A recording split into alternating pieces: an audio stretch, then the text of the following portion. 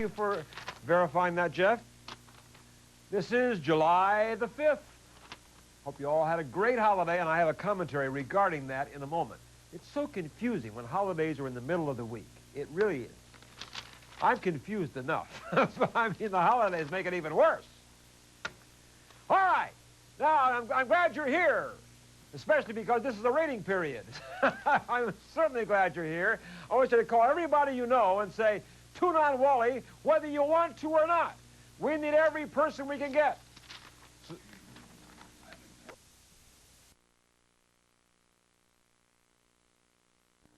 Master Control and Diana, Michigan Engineering. That's our whole crew. Now, pay attention to this commentary because I'm really angry.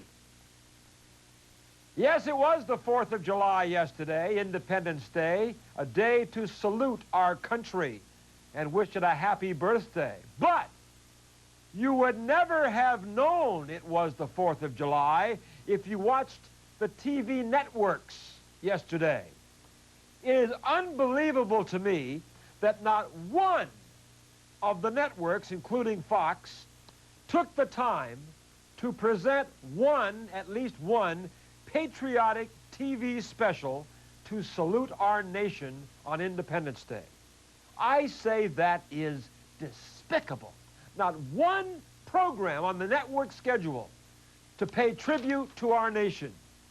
Now, as you know, the networks are constantly presenting specials paying tribute to various celebrities. You see them all the time. Why not a special paying tribute to our country on its birthday, on the 4th of July? You would think all three networks would have 1 or 2 hours dedicated to this national holiday, dedicated to our country. But no, not even 1 hour in prime time. And they could have enlisted prominent stars to salute the country.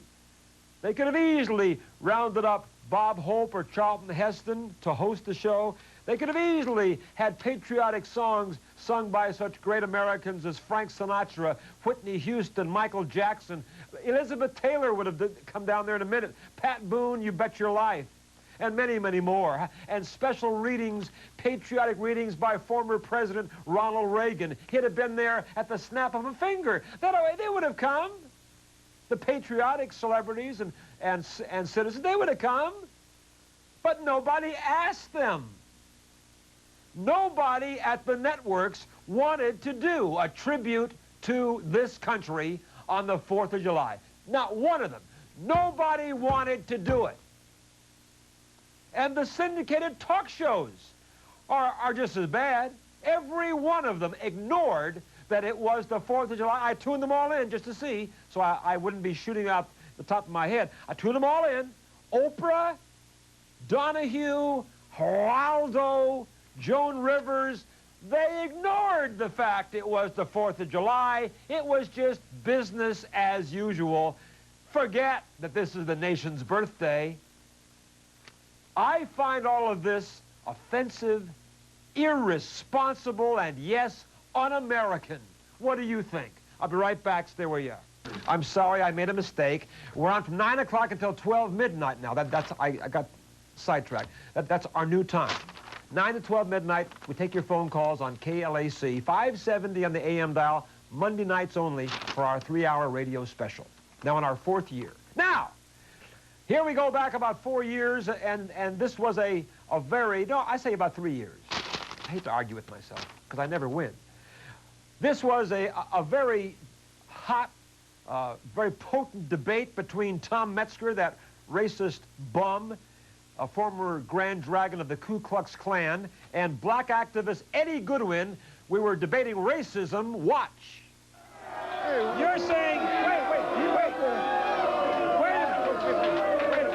You're saying that it was wrong to bring blacks to America? Absolutely. Why? That was the biggest mistake that was ever made. Why?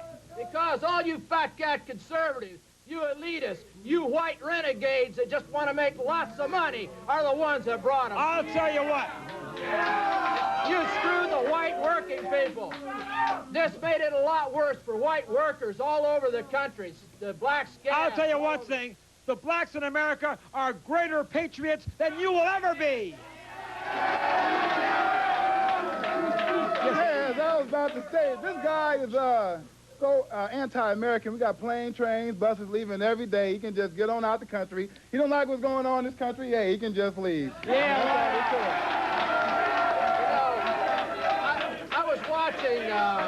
I was watching very carefully Virginia Beach the other day, and we had thousands of educated Negroes or African Americans or They're blacks. called blacks. They were educated college kids that didn't have anything to do, so they looted every store in town. So where in the hell are they going? What did that prove? What did that prove? Wait a minute. That happens. What did that prove? Wait a minute, Metzger. Wait, what Eddie. point are you trying to That make? happens every Easter break in Palm Palm Springs, Springs. that's Everybody right. else. But you So what difference educate does it them. make? If you put them all together, they're always going to revert. Revert to what? Yeah. What they did in Virginia Beach. Well, what about the white people who did the same thing in Palm Springs? They do a little Mickey Mouse stuff. They don't loot stores. Oh, come on. Mickey Mouse. When did whites ever loot a store or Palm Beach or Palm Isn't it Springs? true that you would like, since blacks are here, that you would like to have hotels and all restaurants, public places, and restrooms segregated so blacks could not use them? I believe in freedom of choice, and if you're not a slave, you have freedom of choice. If you are a slave, you have no freedom to discriminate. But are you in favor of segregating blacks from whites in America? I'm in favor of white people doing what they want to and living where You're not they want to. answering my question. And separating. Answer my question. Can I answer my question? Are you in favor? Are you in favor of what they did in segregation by segregating the schools and the restaurants and places? Are you in favor of that? For the people who want to do it, for the people who want to go down Whites and go down to Watts and socialize, that's their business, because I'm not socializing with them. You aren't answering my question. Are you I said not? freedom of choice. Are you? I said freedom No, of wait, choice. Metzger, don't try to skirt around, you stupid punk. Don't you know what freedom of choice You can't play with me. is? I'm going to have to Don't play with me. have to get Morton Downey in here to interpret Yeah, for you. where is he? Make a He's point. peddling papers on some corner in Watts. Let me make a point, Wally.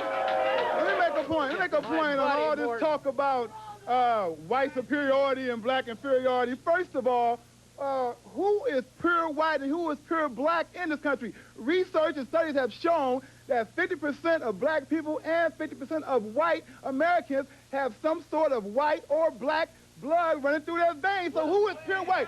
All you know, you can have some black blood running through your veins. All you know. What you talking about?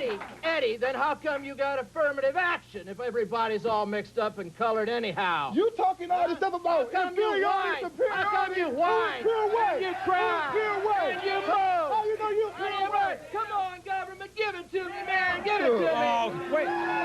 Whine, whine. You still haven't answered you refuse to give me yes or no. You have to dance around and skirt around the hard question. I'm asking you right now. Are you or are you not in favor of segregation between black and whites in America? Of course he is. Separation, not segregation. What's the difference? You would have been a segregationist because you want to work the black man, but you don't want to socialize with him at night. We want total separation. Hey, We don't want to play the fat cat game. I'll tell you, my friend, friends of mine, You're Orange I don't County care what fat color cat. my friends may be. Well, there you go. You see, did you watch that? Time and time again, I asked him the question, and he won't answer it. He dances around and says a million different things, but he won't answer. Of course, talking about marijuana, he says there's nothing wrong with it. Let's smoke it. Here it is. Watch. All right, Tom, now, you certainly must know, I would hope you would know, that one of the major problems facing this great country today is the drugging of America. Drugs is a plague on America. And why would you want to legalize a drug like marijuana when everybody knows when you start with marijuana, you always graduate on to the harder... Don't argue with me, you nitwit.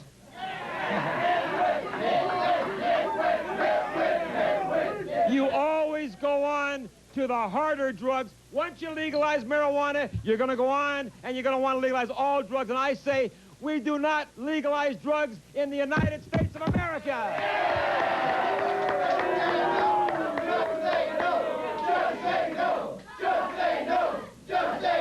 So you see, hey, Hey, I congratulate you guys down there who are saying that. God, I congratulate you. Yeah. You guys know where it's at. Thank you very much. Now you see, Tom, hold it. Now you see, Tom, there are young people all across America who don't agree with you and your stupid little T-shirt. Why? Why are you still, as Bill says, why are you still beating a dead horse? Why do you want to legalize marijuana? Give me a few good reasons. First of all, let me give you the facts, you pencil neck. Oh, wait a minute. Don't get smart with me. I'll shove that stupid nose through the other side of your head. All right. Your good friend, Ronald Reagan, on 3 occasions voted to decriminalize marijuana in the state of California. Where do you see that? It's a fact. When he was in California as the governor, he voted on 3 occasions to decriminalize marijuana. Wrong. Absolutely That's wrong. That's a fact, Wally. Wrong. I went to the library and researched it. Your facts wrong. are wrong. You are wrong. I'll tell you exactly what happened on that. There was a bill. Don't try and get out of it, Wally. Your friend, Ronald Reagan, voted on 3 occasions to vote to... That was part of a bill that was sent to him to and his he death. Signed it, Wally. It was tacked on to... Hold on. Hey, they all know, Wally. You're wrong. They all know. I'm telling you. They all know, Wally. Hey, hold on. You guys need to get high. Hey, hold on. Hey, just hold on, acne face. What this guy doesn't know is the bill that was brought to Ronald Reagan was another bill altogether, and tacked on at the bottom was the decriminalization of marijuana. That's what President and then Governor Ronald Reagan signed, not knowing what was at the bottom of the bill. We'll be right back. Stay where you are.